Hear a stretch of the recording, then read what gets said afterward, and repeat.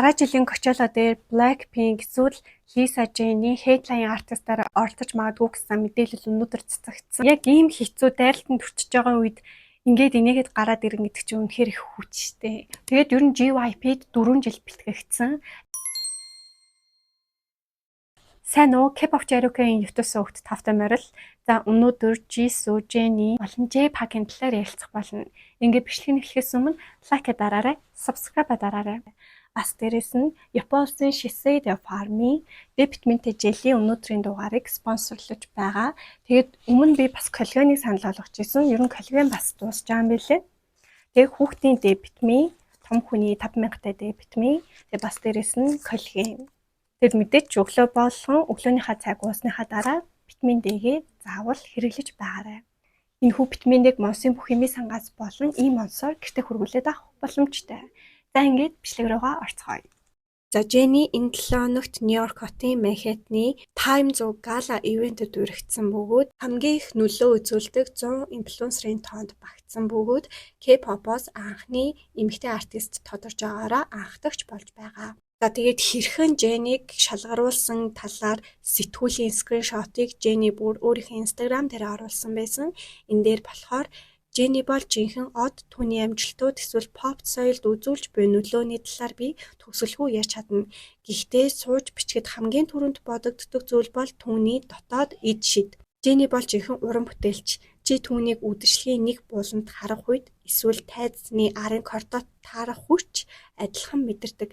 Jennie-г жинхэнэ од болгодог зүйл нь түүний нам гүм мөчүүдэд ч гэсэн бусдаас ялгарч бүх чимээ шуугианаас давж гардаг тэр тод оршихунд хിവэр байдагт оршдог юм. Мөн тэр үргэлж ээлдэг дулаан зан чанартайгаа үүнийгээ хамт авч явдаг гэж тодорцсон байсан. Ерөнхийдөө бол шууд дамжуултыг YouTube дээр явуулсан байсан бөгөөд thumbnail-ийн хүртэл Jennie-гийн зургаар сольсон байсан. Jennie-гийн өмссөн хувцас нь болохоор 1930 онд үүсгэн байгуулагдсан брэнд болох энэ оны 2026 оны Sphinx Collection юу вэ гэхээр хагас хүн, хагас амьтан төрлөөс санаа гаргасан загварууд бөгөөд энэ загварыг Jennie өмссөн байх нэ. Jennie ерөөхдөө хоёр асуултанд хариулсан бөгөөд Dracula Remix гээд одоо нэлээд хит болж байгаа, тренд болж байгаа дууны remix-ийг Jennie анх өөрөө төрүүлж санал тавьсан бөгөөд үндсэн дуучинтай Налсын зайнаас буюу ухаан дуучин Австралид байхад ер нь Налсын зайнаас хамтарч энэ дууг гаргасан байх нэ. Одоо дараагийн төсөл гарах цаг болсон гэдгийг хүртэл бүр хилээд амжсан байгаа.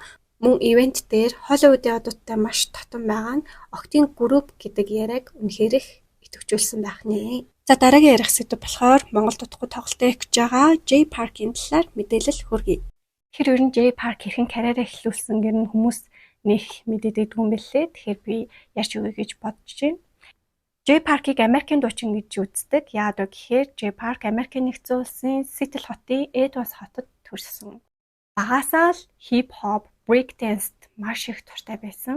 Тэгэд ер нь хичээлээс гадуур чөлөөт цагаараа дандаа ингээд хип-хоп dance тиймэрхүү сургалтанд сууж, тиймэрхүү зүйл хийж, бүр сүлдө өөрөө хүртэл дуу үг зохиож бичиж сурсан. Тэгэд 2003 онд AOM буюу Америкийн нэлээд алдартай гудамжны бүжигт маш их нөлөөтэй хамтлагт break dance-ийн гишүүн болж орсон. Ерөнхийдөө энэ хамтлаг нь жирийн хүмүүс тэр болгон мэдээд байдаггүй. Ялангуяа мэрэгжлийн жүжигчид энэ хип-хоп төрлийг сонирхдаг хүмүүст бол энэ хамтлаг бүр үнэхээр мэрэгжлийн топ баг гэж хэлдэг байх нь. Энэ хамтлаг бол J-Park-ийн ерөөхдөө карьераа эхлүүлэхэд хамгийн том нөлөө үзүүлсэн зүйл бөгөөд тэгээд ер нь манай хүн чинь маш олон шивэстэй штэ. Хамгийн анхны шивэсээ энэ хамтлагийн нэрээр нэрлсэн байдаг. Тэгээд яг чихнийхээ арталт AOM гэдэг анхны шивэсээ бүр хийлгсэн байдаг. Тэгээд энэ хүү хип-хоп, break dance төрөлд маш их дуртай байгаагийн ээж нь анзаарч ингээд анх Солонгосын JYP-д шалгаруулалтанд орох саналыг тавьсан байдаг. За ингээд 2005 оны 1 сард dance rap дуулалтаа сайжруулахын тулд Солонгост ирж JYP-ийн шалгаруулалтанд орсон. Гэхдээ Солонгост очихдоо ингээд яг юу төсөөл, юу ухтаж авах, юу төсөөлөх бүр юу гэдгийг хүртэл мэдэхгүй байсан. Бас солонгос хэлний нэлээд тааруу байсан бөгөөд яг найз нөхөд ингээд харилцах хүн жоохон дотож байсан. Тэгээ анх очингуудаа тэгээд ер нь гайхаад тэг бүр эхний 14 хоног өдөр бүр ингээд уйлдаг байсан гэсэн би нэрийг яг юу хийч вэ? Энд юу болох юм болоо? Гэлүүгээ хармаарана. Эцэг гэхдээ очимоор ингэж амар их хүсдэг байсан. Гэхдээ ерөөхдөө бол ийм том зориг таваад солонгос руу очсон байхад эцэг хаан сэтгэлийг бодоод ингээд бүр улам шаргуу ажиллагаар ингээд шийдсэн байдаг. Тэгээд ер нь JYP-д 4 жил бэлтгэгдсэн. Бол JYP Mnet-ээс ингээд хүүхдийн хамтлаг гаргахаар тэм шоу зохиосон Hot Blood Man гээд тэнд ингээд орж байгаа бүх тренер бэлтгэгчүүдийг ингээд хоёр хэсэгт хуваасан. Тэр нь болохоор 2PM, 2AM гэсэн хоёр багт хуваагдсан.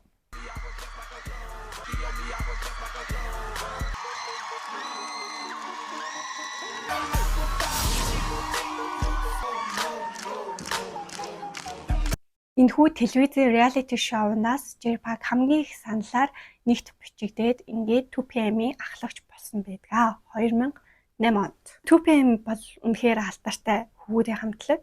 Ялангуяа Dream High 1 дээр 2PM хамтлагийн бүр 2 гишүүн хүртэл тоглож идэг. Хамтлаг үйл ажиллагаа явуулаад яг 1 жилийн дараа түүний Солонгост буюу 2005 онд ирсэн MySpace гэдэг тиймэрхүү нэг хувийн аккаунтууд байт юм билээ. Тэр аккаунт дээр Солонгост яг иржсэн үеийнхаа Солонгос өөртөө нэг ямархуу санагдчихсэн сэтгэлдлүүд ингээ англиар бичсэн байсан чинь тэрийг нэг хакер даад бүх одоо тэр сэтгэлдлүүдийг орчуулсан. Даанч тэр нөгөө сэтгэлдлүүд дээр юу бичсэн байсан гэж ер нь Солонгос улсын талаар таагүй сэтгэлдлүүдээ ингээ чөлөөтэй бичсэн байсан. Надад ингэж санагдсан, энэ нь таалагдаагүй, тиймэрхүү байсан гэд.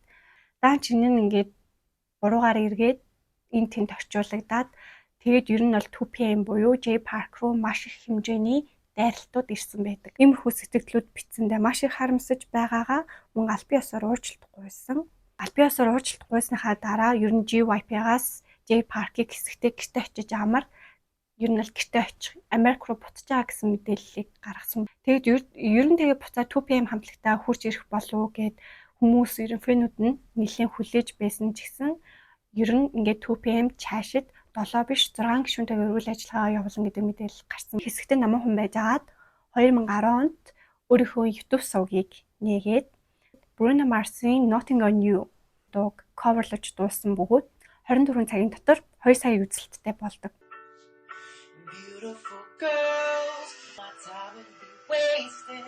Nothing on you, baby.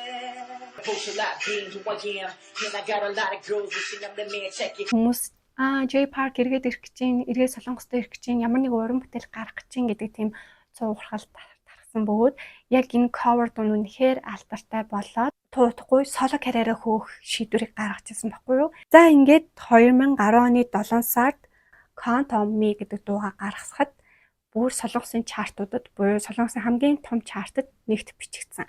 Тийм их хэмжээний хүлээлттэй байсан артист байгааз 2011 онд мини цомгоо гаргаж ирсэн.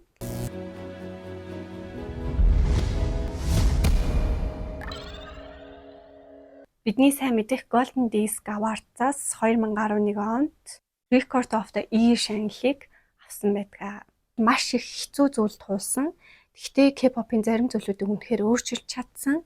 Тэгээд анхныхаа лейблийг 2013 онд байгуулсан бөгөөд өөрийн хүссэн хөгжим хийх уран бүтээлчдэд эрх чөлөө өгөх зорилгоор анхныхаа лейблийг байгуулсан байдаг. Эхэндээ жижиг бие даасан лейбл байсан. Тэгээд ерөөдөө J-Park өөрөө дуугаа гаргаж, уран бүтээлчдийг татаж, YouTube SoundCloud ашиглаж ерөөдөө бол өсгсөн. Энэхүү агентлаг нь Солонгосын underground hip-hop-ыг бүр mainstream болгосон. Үнэхээр алдартай болгож чадсан. Жинхэнэ street vibe, чанартай уран бүтээлүүд эндээс гарсан. Тэгээд алдартай артистуудтай нэгдэж эхэлсэн. За ингээ анхныхаа лейблийг маш амжилттай байгуулад дараа нь олон улсын хип-хоп холбоог бий болгох зорилгоор хоёр дахь лейблээ зохион байгуулсан. За энэ нь болохоор Солонгос Америк артистуудыг холбох. Ерөөдөө бол англи хэл дээр түлхүү лейблээ маш их амжилттай оруулжсэн. Тэгээ J-Park-ийн үндсэн имиж нь болохоор K-pop гэхээс илүү хип-хоп, Америкийн vibe, мэдрэмжийг амар хөөгдөг гэдгээрээ бас нэлээд алдартай.